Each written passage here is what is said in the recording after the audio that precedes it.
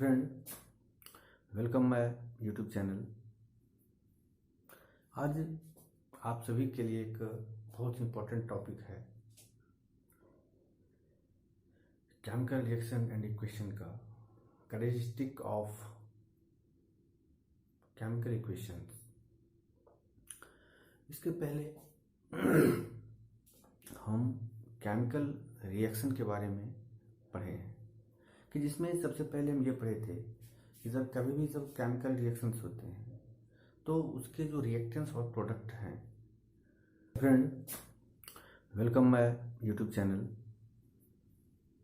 आज आप सभी के लिए एक बहुत इम्पोर्टेंट टॉपिक है केमिकल रिएक्शन एंड इक्वेशन का कैरेक्टरिस्टिक ऑफ केमिकल इक्वेशंस। इसके पहले हम केमिकल रिएक्शन के बारे में पढ़े हैं कि जिसमें सबसे पहले हम ये पढ़े थे कि जब केमिकल रिएक्शंस होते हैं तो उसके जो रिएक्टेंट्स और प्रोडक्ट हैं तो उसके बीच जो एटम्स होते हैं उसका रीअरेंजमेंट होता है। मीन्स एक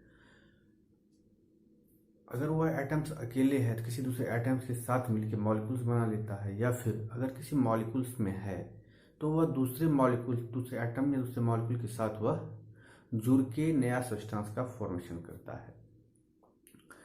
तो इसके पहले हम ये सब बातें पढ़े हैं। थोड़ा सा इसमें और आगे बढ़ने का प्रयास करते हैं कि जानते हैं कि कोई जो केमिकल रिएक्शंस होते हैं उसकी विशेषताएं क्या होती है, उसके गुण क्या है, किस प्रकार से वो बिहेव करता है। थोड़ा सा हम इसके बारे में जानने का प्रयास करते हैं। तो जैसे प्रीवियस क्लास में हम पढ़े थे इस चीज़ को कि सबसे पहले करना क्या है साइंस में। तो हम बताए थे आपको कि सबसे पहले उसका ऑब्जर्वेशन करना है और ऑब्जर्वेशन करने के बाद फिर से उसका क्लासिफिकेशन करना है और फिर से किसी खास लक्ष्य तक में पहुंचना है कि जिसके बारे में हमें पता करना है, तो उसके बारे में हमें लास्ट में पहुंचना है वहाँ पे। तो हम देखते हैं यहाँ पे कि कुछ केमिकल इक्वेशंस हैं। इसके बारे में हम कुछ विशेषता जो भी है हम इसके बारे में कुछ जानने का प्रयास करें। आपको अच्छा लगेगा, मुझे विश्वास है कि आपको ज़रूर अच्छा लगेगा। देखते हैं। फर्स्ट, सबसे पहले जो यहाँ पे पहला इक्वेशन है यह एक केमिकल इक्वेशन है। आप देख सकते हैं कि यहाँ पे जिंक है और ये क्या करता है कि hydrochloric acid, zinc hydrochloric acid से यहाँ पे ये रिएक्ट कर रहा है और क्या बना रहा है यहाँ पे, तो जिंक क्लोराइड बना रहा है और हाइड्रोजन गैस रिलीज कर रहा है। दूसरा जो है यहाँ पे सोडियम सल्फेट है और यह बेरियम क्लोराइड से रिएक्ट करता है और बेरियम सल्फेट और सोडियम क्लोराइड बना रहा है का फॉर्मेशन कर रहा है। तीसरा जो कंडीशन है यहाँ पे कैल्शियम ऑक्साइड वाटर से रिएक्ट करता है और ये कैल्शियम हाइड्रोक्साइड और हीट एनर्जी प्रोड्यूस करता है। चौथा जो हमारा कंडीशन है यहाँ पे बैरियम हाइड्रोक्साइड और अमोनियम क्लोराइड, यह क्या करता है, यह दोनों रिएक्ट करता है और रिएक्ट करने के बाद क्या करता है तो अमोनियम हाइड्रोक्साइड और बेरियम क्लोराइड का फॉर्मेशन करता है। और ये जो इसके बाद वाला इक्वेशन है इसमें क्या करता है तो कॉपर सल्फेट आयरन से रिएक्ट करता है और क्या कर रहा है तो फेरस सल्फेट और कॉपर का फॉर्मेशन कर रहा है। लास्ट इक्वेशन है हमारा, इसमें हाइड्रोजन क्या करता है तो क्लोरीन से रिएक्ट करता है और हाइड्रोक्लोरिक एसिड बनाता है। अब थोड़ा इसके बारे में हम जानने का प्रयास करते हैं कि इसमें कुछ विशेष क्या हो रहा है, हम ये जानने का प्रयास करते हैं। सबसे पहले तो इससे पहले हम पढ़े थे कि कोई जो केमिकल रिएक्शंस होते हैं तो उसमें रिएक्टेंट्स और प्रोडक्ट होता है और रिएक्टेंट्स और प्रोडक्ट के बीच जो होता है वो वन क्या है तो वह एटम्स का रीअरेंजमेंट होता है। तो कुछ नया नहीं आता है कहीं बाहर से, जो है वह उसी का रीअरेंजमेंट होता है। तो हम देखते हैं यहाँ पे कि जितने भी यहाँ पे जो भी इक्वेशंस लिखे हुए हैं ये सारे इक्वेशंस क्या है, all equations are chemical equations. ये सभी इक्वेशन क्या है, ये सभी इक्वेशन केमिकल इक्वेशंस हैं। अब इसके बारे में हम कुछ जानने का प्रयास करते हैं। इसके बाद थोड़ा सा आगे बढ़ते हैं। इसमें सबसे पहला है इसमें Zn प्लस HCl, तो ZnCl2 प्लस हाइड्रोजन। ये हाइड्रोजन क्या है यहाँ पे तो यह गैस है हाइड्रोजन, मतलब पहले इसमें ये क्या है, तो जिंक मेटल है, सॉलिड है, ये क्या है, तो ये लिक्विड है, जिंक मेटल है और ये लिक्विड है, और फिर से यह साल्ट है और ये क्या है, यह गैस। तो निश्चित रूप से ये जो पहला इक्वेशन है इसमें क्या कर रहा है यहाँ पे, तो हाइड्रोजन गैस का फॉर्मेशन हो रहा है। नहीं मीन्स हम कह सकते हैं कि अगर केमिकल इक्वेशन हो रहा है, अगर कहीं अगर केमिकल इक्वेशन है तो हो सकता है कि उसमें क्या होगा, सबसे पहले क्या होगा उसमें, ये कि हो सकता है कि इसमें इवोल्यूशन ऑफ गैस होगा। लिख लेते हैं, इवोल्यूशन ऑफ गैस। इसके बाद वाला भी जो दूसरा हमारा केमिकल रिएक्शन है इसको देखते हैं। ये क्या है, Na2SO4 प्लस BaCl2, मतलब सोडियम सल्फेट क्या करता है, तो बेरियम क्लोराइड से रिएक्ट करता है और बेरियम सल्फेट और सोडियम क्लोराइड का फॉर्मेशन कर रहा है। यहाँ पे सबसे बड़ी चीज क्या है कि सोडियम सल्फेट का सॉल्यूशन है, बेरियम क्लोराइड इसमें साल्ट डालते हैं, ये फॉर्मेशन किसका कर रहा है, तो BaSO4 और NaCl का। तो NaCl क्या है, तो NaCl भी साल्ट है, बट ये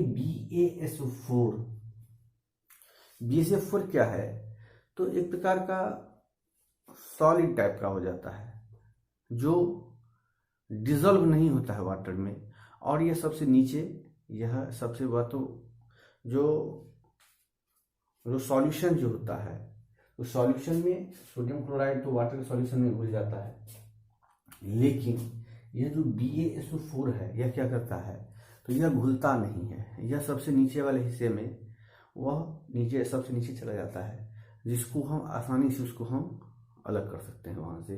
मीन्स यह क्या है यहाँ पे, ये प्रिसिपिटेट, मतलब जो डिजॉल्व नहीं हुआ, जो डिजॉल्व नहीं होगा उसे हम क्या कहेंगे, तो प्रेसिपिटेट कहेंगे। इनसे लिखते हैं यहाँ पे,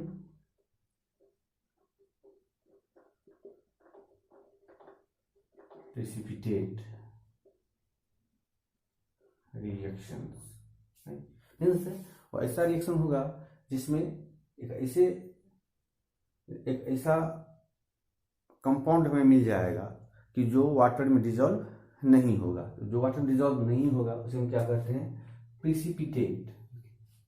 इसके बाद वाला हम थोड़ा सा इक्वेशन देख लेते हैं। CaSO4 प्लस H2O ये बनाता है calcium hydroxide plus energy produce करता है। मीन्स सिंपल सी बात है कि आप देखते हैं अपने घर में आपको देखने को मिल जाएगा कि जो सूखा हुआ चूना होता है, तो सूखा हुआ चूना में हम क्या करते हैं कि उसमें जब वो वाटर डालते हैं, तो वाटर डालने के बाद क्या होता है कि जिस बर्तन में हम वह चूना को डाले हैं और चूना को डालने के बाद उसमें पानी डाले हैं, तो हम देखते हैं कि उसको अगर हम छूने का प्रयास करते हैं, उसको टच करते हैं, तो वह जो जिस बर्तन में हम चूना रखे हुए हैं वह बिल्कुल से वह गर्म हो जाता है, मतलब जो पहले था उससे अधिक वह गर्म हो जाता है। तो अधिक गर्म होने का मतलब है कि यहाँ पे क्या हो रहा है, तो टेम्परेचर में इंक्रीजिंग टेम्परेचर है, नहीं तो यहाँ पे क्या है, तो टेम्परेचर में इंक्रीज हो रहा है, तो इस रिएक्शन में टेम्परेचर इंक्रीज हो रहा है। दूसरा है यहाँ पे कि बेरियम हाइड्रोक्साइड, तो बेरियम हाइड्रोक्साइड है और अमोनियम क्लोराइड है, तो बेरियम हाइड्रोक्साइड और अमोनियम क्लोराइड जब रिएक्ट करता है उसमें क्या करता है, तो यह अमोनियम हाइड्रोक्साइड और बेरियम क्लोराइड बनाता है। ये तो ये यहाँ पे साल्ट हो गया और ये यहाँ पे बेसिक कंपाउंड हो गया, तो ये तो अपना बना रहा है, ये बन गया। लेकिन इसमें होता क्या है कि जो टेम्परेचर पहले इसका था, जो रिएक्शन से पहले जो यह सॉल्यूशन का टेम्परेचर था, रिएक्शन के बाद लगभग इसमें 20 डिग्री सी, लगभग 20 डिग्री सी जो टेम्परेचर था ये इसमें डिक्रीज हो गया। मीन्स हम कह सकते हैं कि यहाँ पे जो दो केमिकल इक्वेशंस हैं हमारे पास, तो ये जो दो केमिकल इक्वेशंस हैं, तो इसके बारे में हम कह सकते हैं कि एक पहला जो इक्वेशन है उसमें क्या है कि जो सॉल्यूशंस हैं वो सॉल्यूशन वह ज़्यादा गर्म हो जा रहा है, मतलब पहले की अपेक्षा ज़्यादा गर्म हो गया। और यह जो दूसरा कंडीशन है इसमें, ये दूसरा कंडीशन क्या हो गया, तो यहाँ पे इसका टेम्परेचर डाउन हो गया। टेम्परेचर डाउन होने का मतलब है कि यह जो पहले की अपेक्षा इसका टेम्परेचर ये डाउन हो गया। तो इस दोनों रिएक्शन को हम एक साथ लिख सकते हैं कि चेंज इन टेम्परेचर, कह सकते हैं कि इसको चेंज इन टेम्परेचर हुआ। और तो जो चेंज इन टेम्परेचर होगा, तो अब यहाँ भी दो प्रकार का है। एक है कि जिसमें हीट एनर्जी का फॉर्मेशन हो रहा है, और दूसरा क्या है कि जिसमें हीट एनर्जी का एब्जॉर्ब कर रहा है। मतलब रिएक्शन में वो क्या कर रहा है कि हीट एनर्जी को एब्जॉर्ब कर रहा है। तो आफ्टर रिएक्शन उसका टेम्परेचर कम हो जा रहा है और एक में टेम्परेचर अधिक हो जा रहा है। तो इसको दो पार्ट में बांट सकते हैं। तो जिसमें टेम्परेचर अधिक हो गया, जैसे ये है, इसको हम कह सकते हैं ये क्या है, तो एक्सोथर्मिक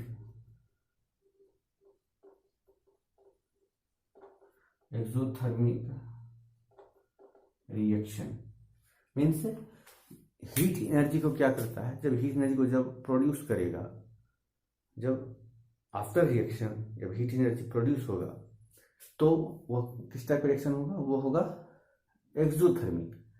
और यहाँ पे दूसरा में क्या है, यहाँ पे कंडीशन दूसरा में क्या है कि पहले की अपेक्षा, मतलब जितना रिएक्शन के पहले जितना टेम्परेचर था, वह टेम्परेचर क्या हुआ आफ्टर रिएक्शन, वह टेम्परेचर लूज हो गया, कम हो गया।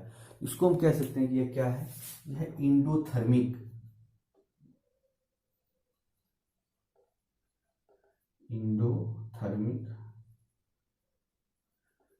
रिएक्शन।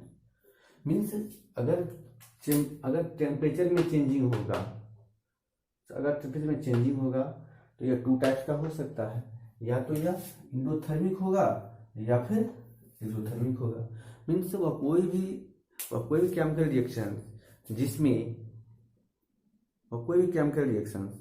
जिसमें हीट एनर्जी रिलीज होगा, तो जब हीट एनर्जी रिलीज होगा तो उसे हम क्या कहेंगे, उसे हम कहेंगे एक्सोथर्मिक। और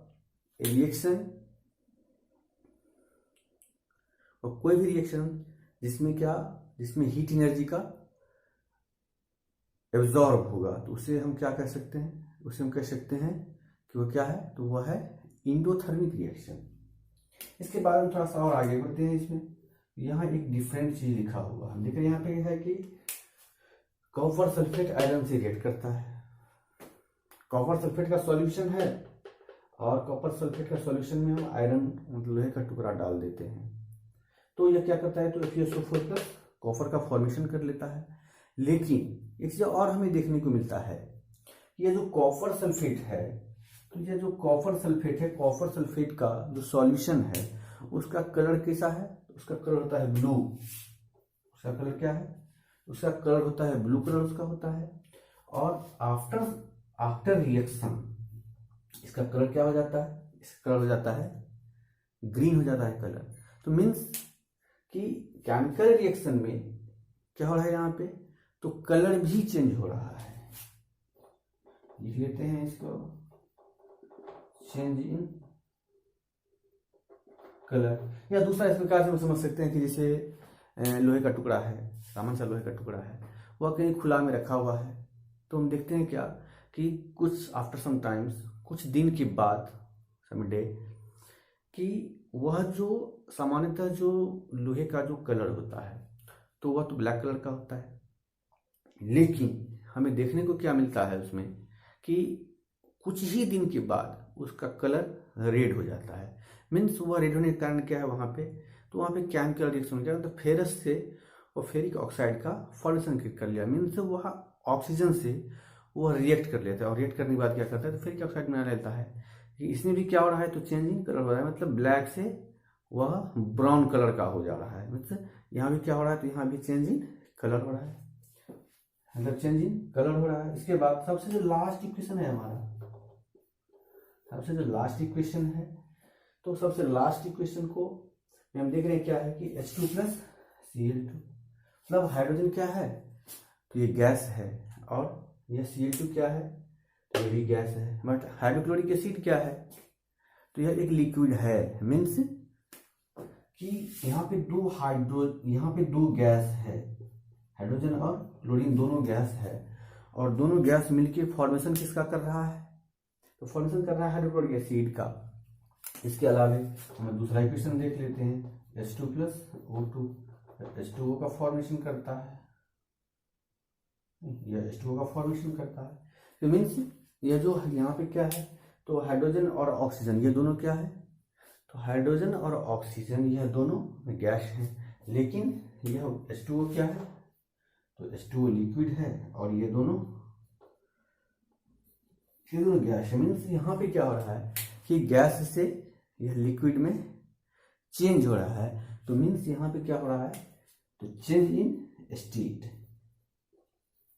चेंज इन स्टेट मीन्स यह जो केमिकल रिएक्शंस हैं, इस केमिकल रिएक्शंस के आधार पे बेस पे हम क्या देख रहे हैं कि कोई जो केमिकल रिएक्शंस होते हैं उसके निम्नलिखित कैरेक्टर हो सकते हैं। इनमें से कोई एक भी हो सकता है और कोई दो भी हो सकता है, दो से अधिक भी हो सकता है। तो सबसे पहले तो एक नज़र फिर से इसको देख लेते हैं कि क्या क्या हो सकता है। तो पहला जो होगा ये हो जाएगा इवोल्यूशन ऑफ गैस, मतलब जब कभी भी जब केमिकल रिएक्शन होगा तो क्या होगा वहाँ पे, तो वहाँ पे इवोल्यूशन ऑफ गैस हो सकता, मतलब किसी गैस का फॉर्मेशन वहाँ पे हो सकता है। दूसरा है यहाँ पे प्रेसिपिटेट रिएक्शन, ये सेकेंड है यहाँ पे कि जब कभी भी जब केमिकल रिएक्शन होगा तो ऐसा हो सकता है कि कुछ ऐसे कंपाउंड बन जाएं कि जो वाटर में डिजॉल्व ही नहीं है या वह डिजॉल्व नहीं हो सकता है। तो जो डिजॉल्व नहीं होगा तो वो क्या बन जाता है, वो प्रेसिपिटेट बन जाता है। तीसरा है यहाँ पे कि चेंज इन टेम्परेचर, मीन्स जब केमिकल रिएक्शन होगा तो हो सकता है कि उसका या तो टेम्परेचर इंक्रीज कर जाएगा या फिर उसका टेम्परेचर डिक्रीज कर जाएगा। मीन्स हम ये कह सकते हैं कि एक तीसरा कैरेक्टर हो सकता है इसका कि during chemical reaction heat absorb और रिलीज, मीन्स जब कभी जब केमिकल रिएक्शन होगा तो उस कंडीशन में हम कह सकते हैं कि या तो हीट एनर्जी का एब्जॉर्प्शन होगा या फिर हीट एनर्जी का को रिलीज करेगा। फिर है 4 में यहाँ पे 4 में है यहाँ पे तो change in colour, means chemical reaction during chemical reaction change in colour, मतलब कभी जब केमिकल रिएक्शन होगा तो हो सकता है, जरूरी नहीं है लेकिन हो सकता है कि उसका कलर चेंज हो जाए। और सबसे लास्ट जो है इसमें, तो सबसे लास्ट में क्या है कि चेंज इन स्टेट, मतलब एक एग्जाम्पल से ही देख रहे हैं यहाँ पे कि हाइड्रोजन है और क्लोरीन है, ये दोनों क्या करता है, तो ये दोनों रिएक्ट करता है, रिएक्ट करने के बाद क्या करता है, तो ये हाइड्रोक्लोरिक एसिड का फॉर्मेशन कर रहा है। मीन्स ये दोनों क्या है, तो ये गैस है और यह लिक्विड का फॉर्मेशन कर रहा है। दैट इज मीन्स कि chemical reaction during chemical reaction ये हो सकता है कि स्टेट का चेंज हो सकता है, मीन्स या तो गैस से लिक्विड बन जाएगा या लिक्विड से सॉलिड बन जाएगा या फिर सॉलिड से डिफरेंट गैस या फिर लिक्विड में कन्वर्ट हो सकता है। इसके अलावा तो हम कह सकते हैं कि जो केमिकल रिएक्शंस होते हैं इसके कुछ कैरेक्टर होते हैं। पहला इवोल्यूशन ऑफ गैस, दूसरा है प्रेसिपिटेट रिएक्शन, तीसरा है चेंज इन टेम्परेचर, चौथा है चेंज इन कलर और पांचवा है चेंज इन स्टेट। आपको ये वीडियो कैसी लगी मेरी जरूर बताइएगा। अगर अच्छा लगे तो लाइक और सब्सक्राइब जरूर कीजिएगा और बेल आइकन को भी दबाइएगा। अगर इसमें कुछ समझने में कहीं भी अगर कुछ समस्या आ रही हो तो निश्चित रूप से आप कमेंट बॉक्स में लिखेंगे कि जिसमें मैं खुद में कुछ और सुधार कर सकूं।